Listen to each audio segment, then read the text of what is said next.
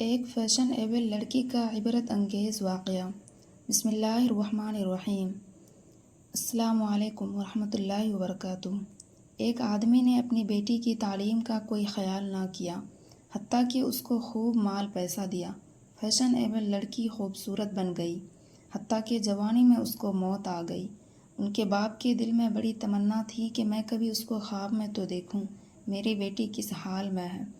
ایک دن اس نے خواب دیکھا، اپنی بیٹی کی قبر پر کھڑا ہے۔ اچانک اس کی بیٹی کی قبر کھل گئی۔ کیا دیکھتا ہے کہ بیٹی بے لباس پڑی ہے۔ اس نے اپنے ستر کو چھپایا، مگر اس کی تو حالت عجیب تھی۔ اس کا سر بالکل گنجا ہے اور اس کی شکل عجیب۔ اس نے پوچھا، بیٹی تیرا کیا حال ہے؟ کہنے لگی، ابو میں بے پردہ پھرتی تھی، جب یہاں قبر میں آئی میرے سر کو بہت بڑا بنا دیا گیا، پہاڑوں کی طرح میرا ہر بال بڑھ کے درخت کی طرح بنا دیا گیا، جس کی شاخیں زمین میں دور تک پھیلی ہوتی ہے۔ پھر فرشتے آئے، انہوں نے میرے ایک ایک بال کو نوچا اور اس طرح نوچا جیسے لڑکے درخت کو کھینچ لے، زمین میں گڈھے پڑ جاتے ہیں۔ ابو، ایک ایک بال کو نوچنے سے میرے سر کے اندر گڈھے پڑ گئے۔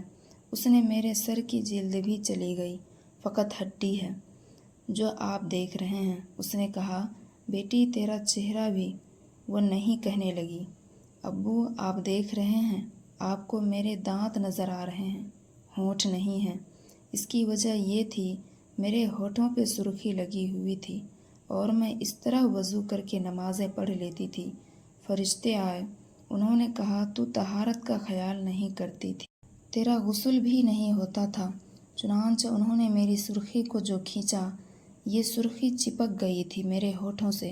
سرخی کے ساتھ اوپر اور نیچے کے دونوں ہونٹ بھی کٹ گئے، اس لیے آپ کو میرے 32 دانت نظر آ رہے ہیں، ہونٹ اوپر نہیں ہے۔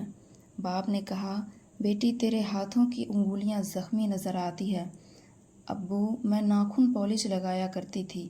فرشتے آئے، کہنے لگے، تیرے ناخنوں کو بھی ہم کھینچیں گے۔ انہوں نے میرے ایک ایک ناخن کو کھینچا۔ ابو، میرے ہاتھ پہ زخم ہے، میرے چہرے پہ زخم ہے، میرے سر پر زخم ہے۔ میں بتا نہیں سکتی آپ نے مجھے اتنی محبت دی تھی۔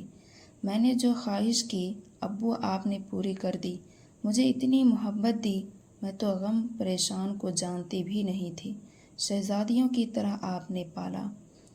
کاش ابو آپ مجھ پر ایک احسان کرتے، مجھے کچھ دین کی سمجھ بھی بتا دیتے، میں آج اس عذاب میں گرفتار نہ ہوتی۔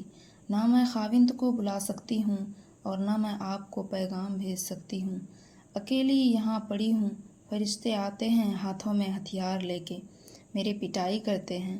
ابو، میرا دکھ بانٹنے والا کوئی نہیں۔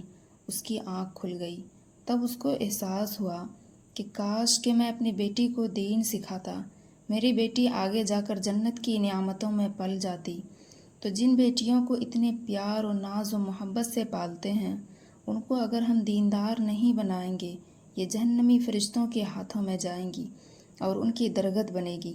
اس لیے بہتر یہ ہے کہ ہم اپنی بیٹیوں کو دین پڑھائیں، دیندار بنائیں، اپنی بیویوں کو اور دیندار بنائیں، عورتوں کے دینی معاملات میں ان کا تعاون کریں، ان کو ترغیب دیں، ان کو دین کی بنیاد پر زندگی کا ساتھی بنائیں، تاکہ ماحول کے اندر دینداری آئے۔ عورتوں کو بھی چاہیے وہ خود بھی کوشش کرے، جب وہ مردوں سے دنیا کی باتیں منوا لیتی ہے تو دین کی باتیں کیوں نہیں منوا سکتی؟ من حرامی ہوتا ہے، بہانے بنا لیتی ہے۔ اس لیے مردوں کو چاہیے اپنی ذمہ داریاں پوری کرے اور عورتوں کو چاہیے اپنی ذمہ داریاں پوری کرے، تاکہ ہم نیک بن کر زندگی گزارے اور اپنے رب کے فرما بردار بندے بن جائے۔ اور ہم سب کے لیے دعا کرے کہ اللہ تعالی ہم سب کو دیندار بنائے اور نیک کام کرنے کی توفیق عطا فرمائے۔ آمین۔ وآخر دعوانا الحمد للہ رب العالمین۔